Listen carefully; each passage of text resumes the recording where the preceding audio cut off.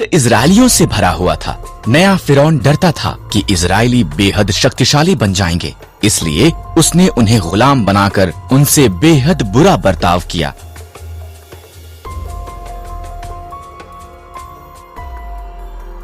फिरौन ने आदेश दिया कि सभी इजरायली लड़के मार दिए जाएं। एक स्त्री ने अपने लड़के को टोकरी में रखा और उसे नदी के किनारे छोड़ दिया। उसकी बहन उसे देखती रही। फिरौन की बेटी नदी के किनारे नहा रही थी। उसे बच्चा मिल गया और उसने उसे रखने का निर्णय लिया। उसकी बहन ने उसके पालन पोषण के लिए उसकी माता की सहायता की पेशकश की। फिरौन की बेटी ने उसका नाम मूसा रखा। मूसा बड़ा हुआ। एक दिन उसने देखा कि एक मिस्री इजरायली को मार रहा है। मूसा ने मिस्री को मार दिया और मिद्यान को भाग गया और 40 साल तक एक चरवाहा होकर रहा। मूसा होरब पर्वत पर अपनी भेड़ों की निगरानी कर रहा था।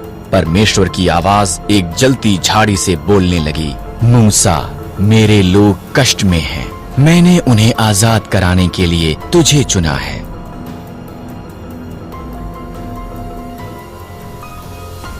मैं नहीं कर सकता, मूसा ने जवाब दिया। मैं तुम्हारी सहायता करूंगा, परमेश्वर ने वादा किया। अपनी लाठी नीचे फेंक। मूसा ने किया। वो लाठी एक सांप में बदल गई। जब उसने इसे उठाया, वो पुनः एक लाठी बन गई।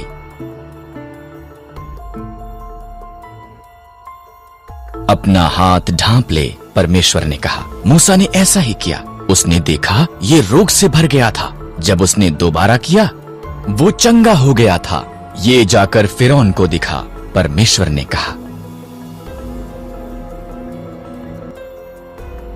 मैं एक अच्छा वक्ता नहीं हूं। मूसा ने कहा, मैं तुझे शब्द दूंगा। परमेश्वर ने कहा, तुम्हारा भाई हारून सहायता कर सकता है। इस तरह मूसा इजरायलियों को आजाद करने के लिए फिरौन को बताने के लिए गया। मूसा और हारून ने फिरौन से कहा, इजरायलियों का परमेश्वर कहता है कि तुम उसके लोगों को जाने दो, नहीं तो बुरी बातें तुम्हारे साथ होंगी। पर फिरौन ने उनकी नहीं सुनी। इसलिए परमेश्वर ने मिस्र में पानी को लहू में बदल दिया। कोई भी इसे पी न सका। तब उसने मिस्रियों के घरों को मेंढकों से भर दिया। हर तरफ मेंढक थे, फिर भी फिरौन ने उनकी नहीं सुनी। इसलिए परमेश्वर ने मिस्र के आकाश को कुत्तियों से भर दिया। वो वहां धूल के समान भर गई।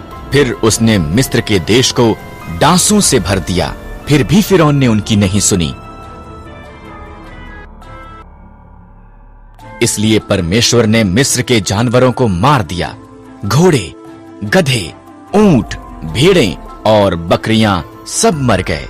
फिर उसने मिस्री लोगों को फोड़े से पीड़ित किया। फिर भी फिरौन ने उनकी नहीं सुनी। परमेश्वर ने मिस्र की फसल का नाश करने के लिए ओलों की वर्षा भेजी। उनकी जौ और सन्न की फसल नष्ट हो गई। तब उसने बचे हुए फल को खाने के लिए टिड्डियां भेजी। फिर भी फिरौन ने उनकी नहीं सुनी।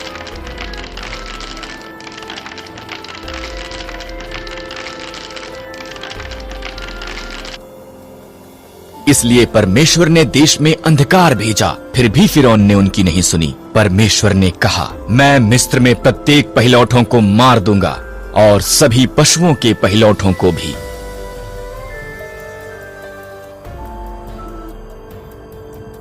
मेरे लोग एक मेमने को मारें, उसे खाएं और उसके लहू को उनके द्वार की चौखट पर लगाएं। मैं लहू को देखूंगा और उनके घरों को छोड़ दूंगा। उनके बच्चे नहीं मरेंगे।